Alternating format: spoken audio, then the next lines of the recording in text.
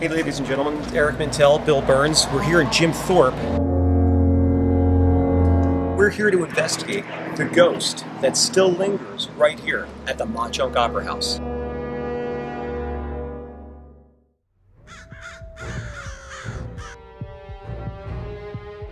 My name is Eric Mintel. By night, I'm a professional jazz musician, but by even later at night, I investigate the paranormal. I, along with my team at Bucks County Paranormal Investigations, travel the country investigating all things paranormal. This is Bucks County Paranormal Investigations. On a beautiful Monday morning here in Bucks County, Bill and I travel to Jim Thorpe to investigate the Mauch Opera House. Hi, my name is Vince DiGiosio. I'm one of the producers here at the Mauch Opera House. We first started producing shows here in 2003. The Opera House was built in 1881, and it's primarily a vaudeville theater. And in the 20s, the Capitol Theater took it over, turned it into a silent movie house, and they reconfigured some of the space here and made it more suitable for movies. The ghost story that is most often told is that up here, back there by the projection booth, that remains, is one of the remaining architectural details of this place. There was a projectionist that tried very hard and doggedly to keep the place open. Presumably his ghost still occupies this opera house. The Mauch Opera House was primarily just a community theater venue, and I had known the president of the Historical Society who was operating it at the time, and asked her if she'd like to do a show here on the first Friday after the galleries closed. And she said, sure, we'd be into it, we could use the funds, and that's how it all started. Friends of mine who had a tribute act, or they didn't have a tribute act, but they were doing a Simon and Garfunkel show. And I said, hey, this might be a perfect opportunity, We were all traveling around doing singer-songwriter things, and that's how our first show began. And here we are as a nationally recognized concert venue. And I've been here working, late nights, doing things. We did a lot of things in the beginning because funding was pretty tight, so we did everything. And I would be here late at night. I never felt any paranormal energy. I always felt sort of comfortable here. I never really experienced any issues over here as far as paranormal goes. But I do remember one incident, and I could still remember it. A couple of spirits, at least, seemed to occupy this area. I saw what I thought was a woman in a long dress standing casually up against the wall of the hallway that comes into the balcony. And I thought that maybe she was waiting for somebody or lost something up here.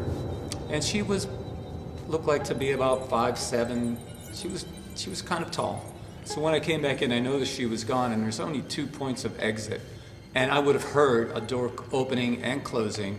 So I went to the most logical exit, which most people do go out, And I went over there, and there was nobody going down the steps, because I figured at that time I would at least, unless she jumped off the fire escape or ran down there, I would have seen it. And then I immediately walked very fast over to the other exit, and both of those doors were closed, and nobody was down there. When you looked around, after having seen that figure and then looked back to see it, and the figure was gone, how did that make you feel? Well, I felt like for the first time in 16 years, I've seen something here, and I couldn't explain it, and it really, at that moment, I felt, wow, there might actually be some truth to what is looming around this area of energy. So this is the projection room. Wow. And it's very, we've spent a lot of time up here, and it's very genuine. That also is the stairwell up to the attic, which when we put the new roof on, like about 10 years ago, the civil engineers said, wow, an incredible bit of handiwork up there. But also various groups that we have had here have said that they feel like rushing air in here sometimes. As Dan tells us about the projectionist room, you can clearly see an orb that comes between me and Bill. Look closely.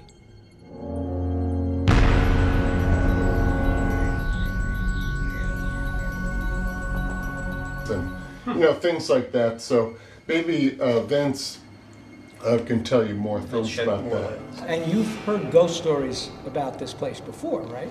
I did. I heard. Well, there were two particular instances when we had A&E in here with psychic kids, and both of the children said they felt a presence up here and they saw a figure. Upon reviewing the footage, we noticed two orbs that literally fly up from Vince's head. Take a look. And you actually saw it yourself. I did. I thought I did. I mean, I was, And these are the 2 points, right here. Yeah, you can only go at this door and that door. And just these 2 doors. Okay.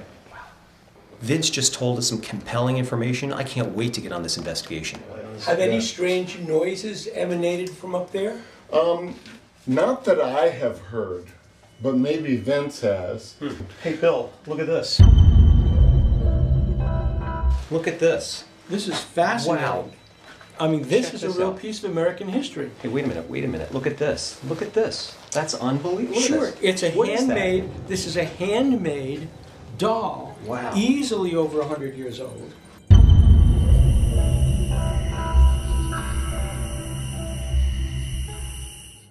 Did you know that this was here? No, probably I don't believe that our historical society knew it was here. And who knows? I mean, maybe it That is amazing. kind of appeared there. I mean, anything could happen here, obviously. A piece of American But, history, right here. About 2 a.m. or something, I was by myself, and I'm just painting the floor. And then I thought, it feels like somebody is looking over my shoulder. Maybe I've had too much paint fumes and things like that, and it's getting late, so I decided to go home. It's funny because, again, from what Vince told us, right, he saw that maybe it was the woman looking over the balcony. I took a moment to play the beautiful Chickering grand piano at the Opera House to see if we could summon some spooky spirits.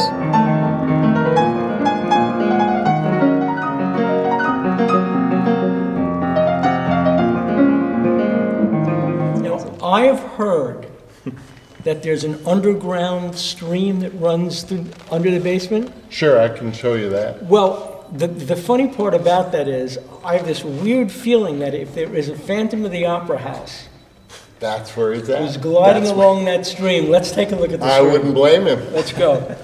Dan gives us a quick tour of the backstage, showing us all of the signatures of all the artists that have performed over the years, including the Eric Mintel Quartet.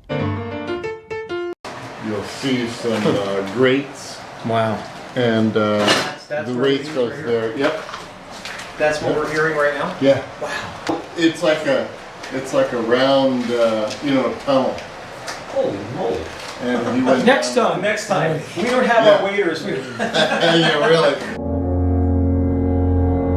And I also want to thank Lab 212. We've got Patrick Lilly, Lizzie Cates filming today. Thank you so much. And we're on to the next case. The team heads back into the projection room to start the investigation. Eric, let's just test that and see if that's actually picking up something. You got it. Well, here's the panel. Here's the power panel. Look at how much it spikes here. So that's working. It's definitely working. He had his projection booth here looking out to the screen over there. And he worked so hard to try to keep this theater rolling and running. And that would explain, by the way, the whole point of why would a ghost stay? Why would a spirit not leave this plane? Exactly. Because he felt that he had something to do. And I'm wondering if maybe the ghost that Vince saw could have been his wife. Could be. I Or mean, girlfriend, or who knows? they tried to keep this theater open. They failed, get turned into a warehouse. Right. So maybe they're still here monitoring this theater. Why don't you try an EVP? All right, here To we see go. what happens.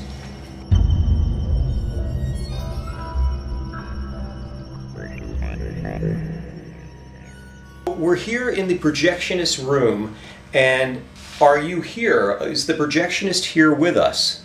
We don't know your name, but maybe you could give us a sign that you're here. Give us a sign that you're here. As I asked if the projectionist was here with us, you could hear what sounds like a projector click. Listen closely. Give us a sign that you're here.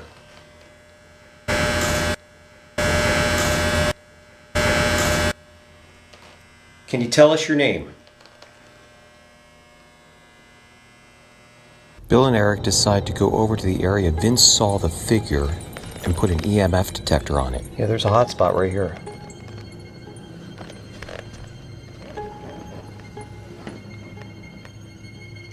So whatever that hotspot was, whatever they saw corresponds to the electronic reading you're getting on your device. Wow. Why don't you also take a look at your EVP and see if there's anything in this area that you can pick up? We are here at the Mauch Opera House. Are you the woman that was waiting on this wall that Vince said he saw?